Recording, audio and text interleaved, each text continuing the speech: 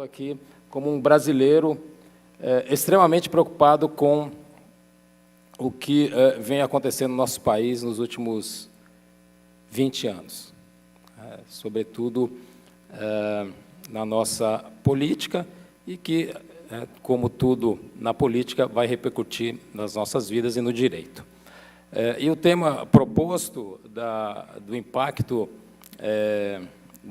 do politicamente correto no meio ambiente, ele é muito oportuno, né, na medida em que podemos trabalhar a concepção do que é o politicamente correto, já foi falado pela mesa, mas eu queria fazer uma abordagem mais técnica, né, do ponto de vista da filosofia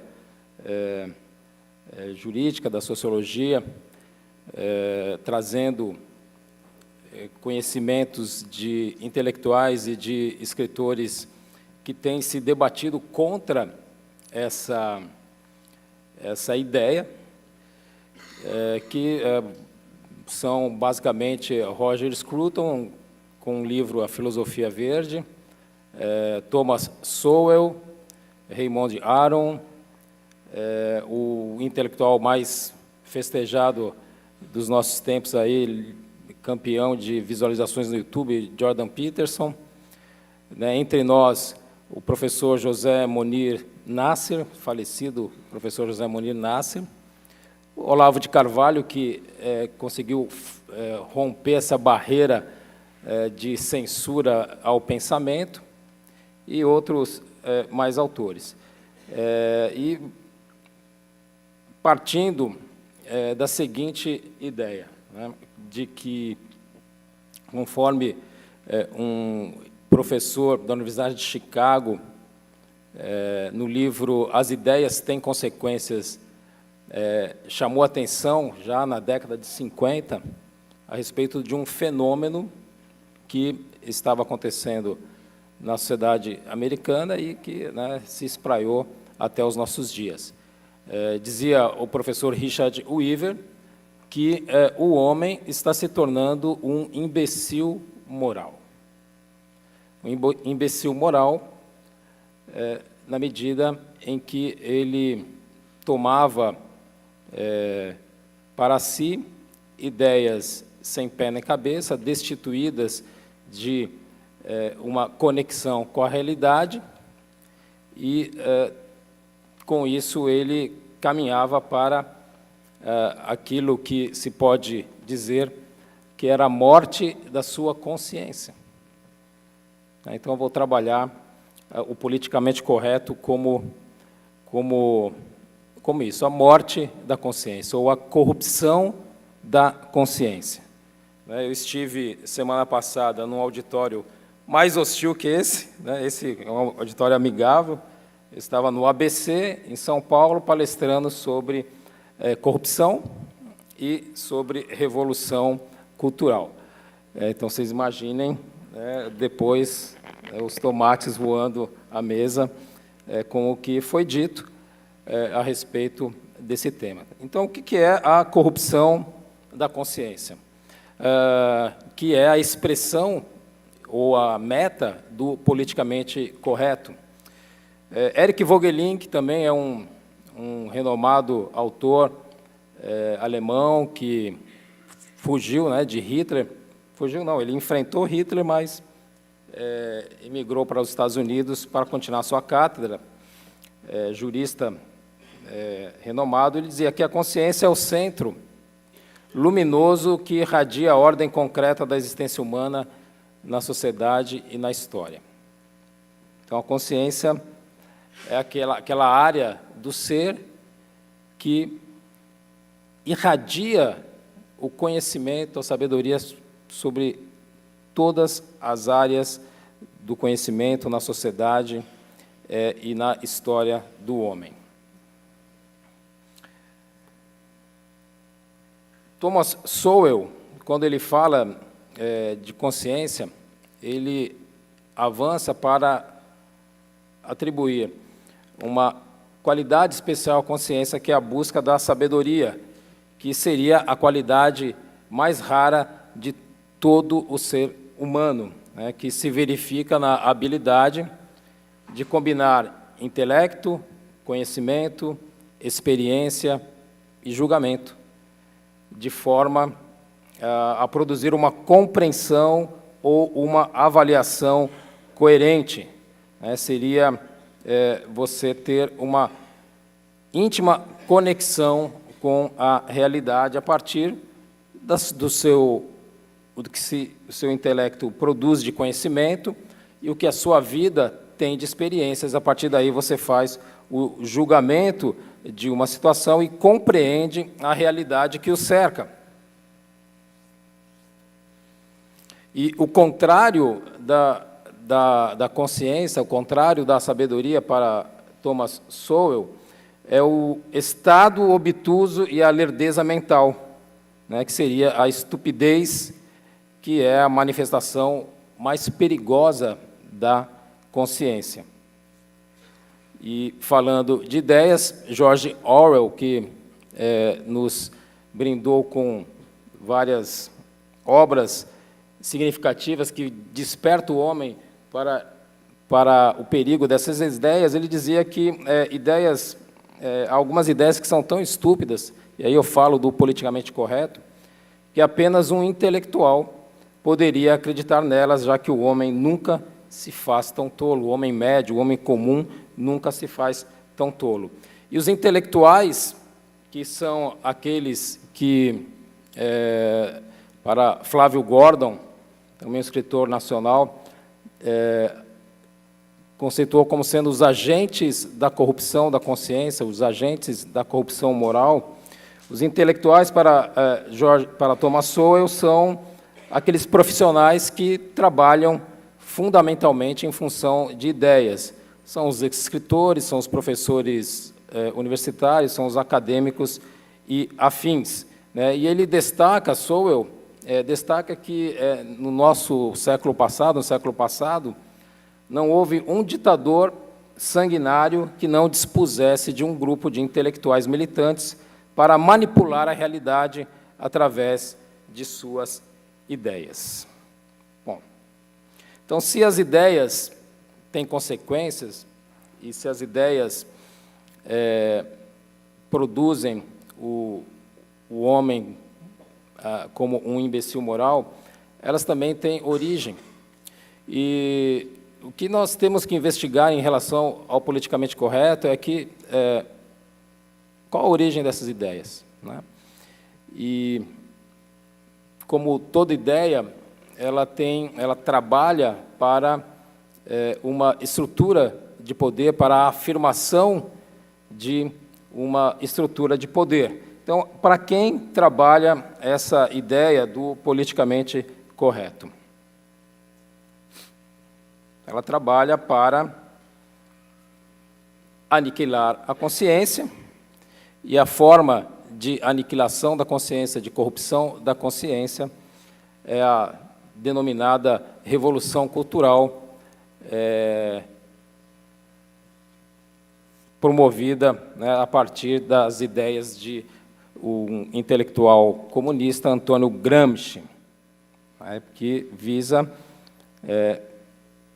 então, corromper completamente a consciência do homem. E essa estratégia justamente é a revolução cultural. E a corrupção, para a gente entender um pouquinho melhor esse termo que está tão em destaque, né, nos nossos dias, a corrupção é um termo latino, corruptione, que é a junção de duas palavras, cor, que é coração, e rupta, que é ruptura.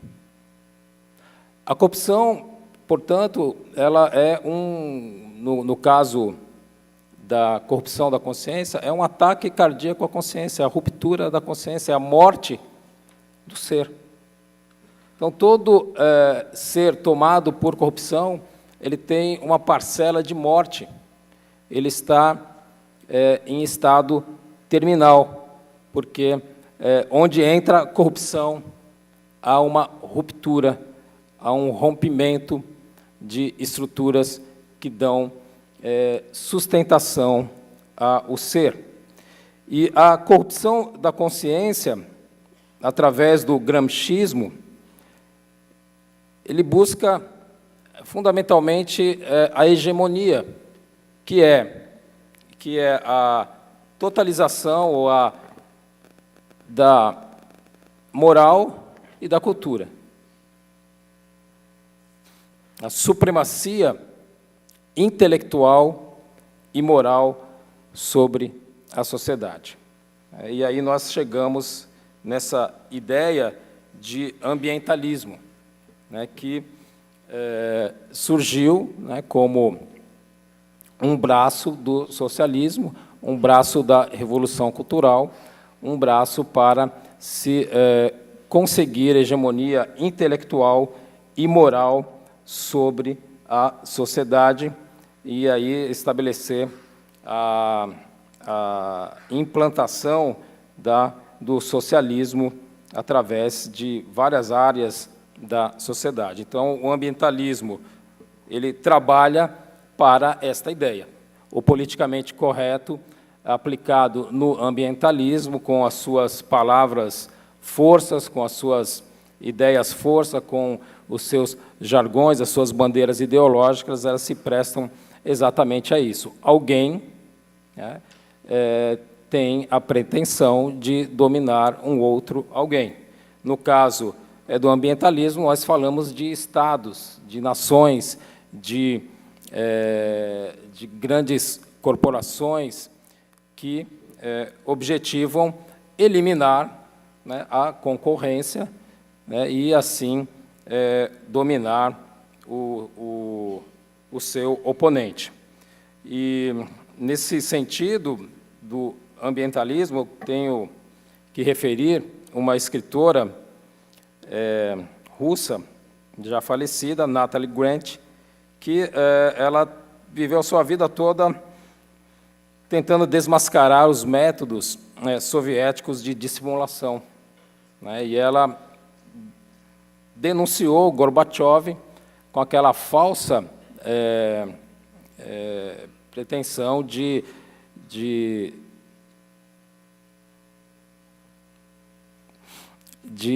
buscar que houvesse um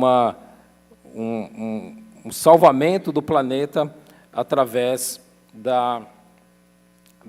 do ambientalismo. Na verdade, para Natalie Grant, isso era uma grande dissimulação, porque Gorbachev queria, nas palavras dela, em realidade, destruir o Ocidente e implantar, né, o socialismo, né, numa escala maior ainda do que na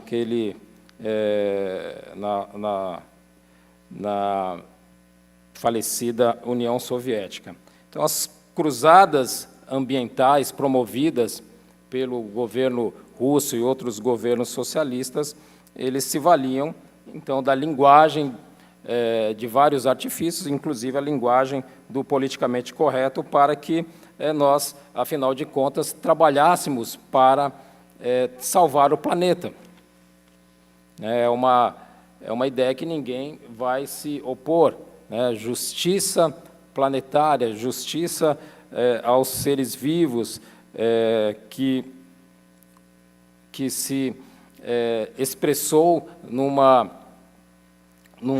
jargão do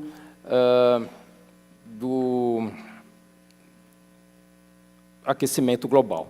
O aquecimento global foi, então, um meio do politicamente correto se apresentar como uma solução para salvar o planeta, quando nós vemos que era aquilo que Thomas Sowell também chamava de grande falácia, né? O próprio criador do termo, o próprio criador do ambientalismo, da hipótese Gaia, James Lovelock, ele, no fim da vida, reconheceu que estava errado, assim como Al Gore, né, que, inclusive, memes, outro dia eu recebi uns memes pelo WhatsApp, ridicularizando as ideias de Al Gore e as ideias de aquecimento global.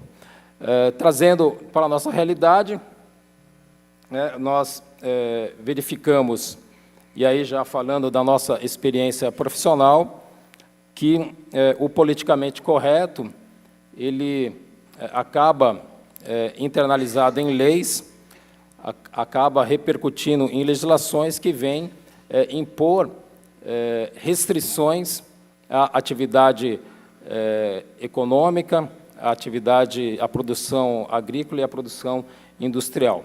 E nisso eu concordo com o Dr. Werner, no sentido de que o Ministério Público ele tem sido, no meu ponto de vista, muito ingênuo em não detectar essa artimanha por trás, porque, afinal de contas, de que vale, né, salvar o planeta, né, e destruir o nosso país.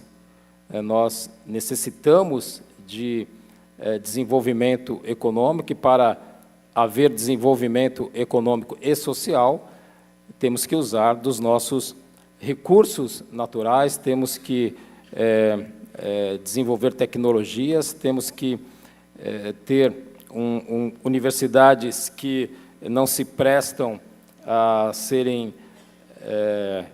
arraiais de manipulação ideológica, e isso não está acontecendo no nosso país.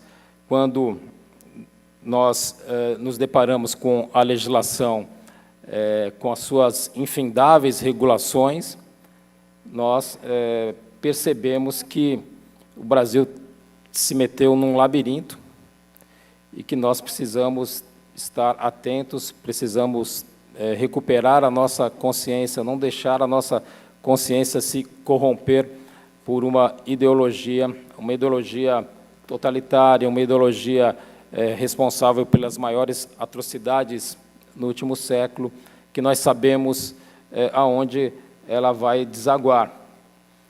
Quando, no meu gabinete e nas audiências na Justiça Federal, eu sou obrigado a denunciar pescadores, a denunciar um dono de um passarinho, a denunciar um cidadão que cortou uma árvore no seu jardim, no seu quintal, na frente da sua casa, isso vem à mente de que quanto mais se regula, quanto mais se cerceia, quanto mais se impõe normas,